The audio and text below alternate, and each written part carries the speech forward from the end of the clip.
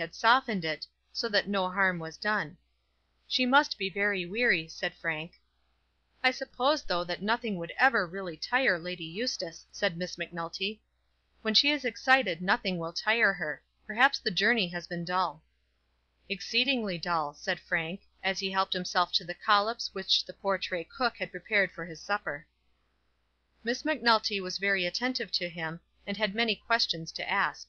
About the necklace she hardly dared to speak, merely observing how sad it was that all those precious diamonds should have been lost for ever. "Very sad indeed," said Frank, with his mouth full. She then went on to the marriage that was no marriage. Was not that very dreadful? Was it true that Miss Roanoke was really out of her mind? Frank acknowledged that it was dreadful, but thought that the marriage, had it been completed, would have been more so. As for the young lady, he only knew that she had been taken somewhere out of the way. Sir Griffin, he had been told, had gone to Japan. "To Japan!" said Miss Macnulty, really interested. Had Sir Griffin gone no further than Boulogne, her pleasure in the news would certainly have been much less. Then she asked some single question about Lord George, and from that came to the real marrow of her anxiety. Had Mr. Greystock lately seen the Reverend Mr. Emilius? Frank had not seen the clergyman, and could only say of him that had Lucinda Roanoke and Sir Griffin Tewett been made one, the knot would have been tied by Mr. Emilius.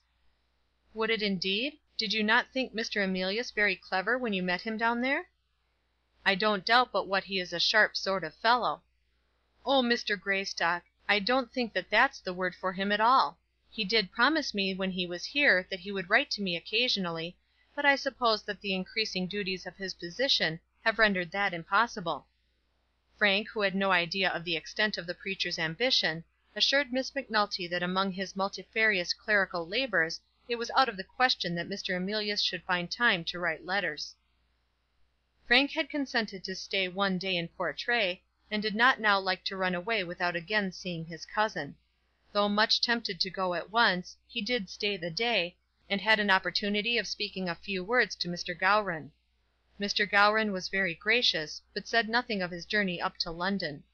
He asked various questions concerning her "leddyship's" appearance at the police court, as to which tidings had already reached Ayrshire, and pretended to be greatly shocked at the loss of the diamonds. "When they talk o' £10,000, that's a lee, nae doot?" asked Andy. "No lie at all, I believe," said Greystock. "And her leddyship wad took aboot wi' her £10,000 in a box?" Andy still showed much doubt by the angry glance of his eye, and the close compression of his lips, and the great severity of his demeanour as he asked the question. "I know nothing about diamonds myself, but that is what they say they are worth." "Her leddyship's her ain sell seems nae to have been in ane story about the box, Mr. Greystock?" But Frank could not stand to be cross-questioned on this delicate matter, and walked off, saying that as the thieves had not yet been tried for the robbery, the less said about it the better.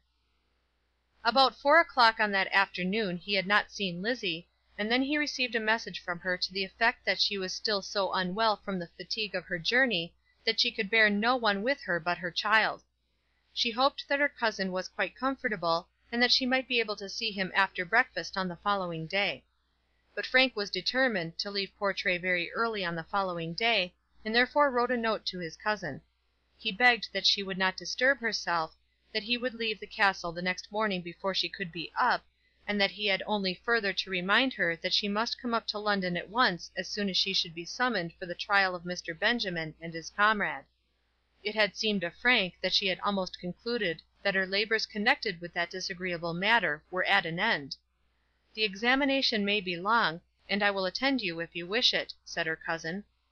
Upon receiving this, she thought it expedient to come down to him, and there was an interview for about a quarter of an hour in her own little sitting room looking out upon the sea. She had formed a project, and at once suggested it to him. If she found herself ill when the day of the trial came, could they make her go up and give her evidence?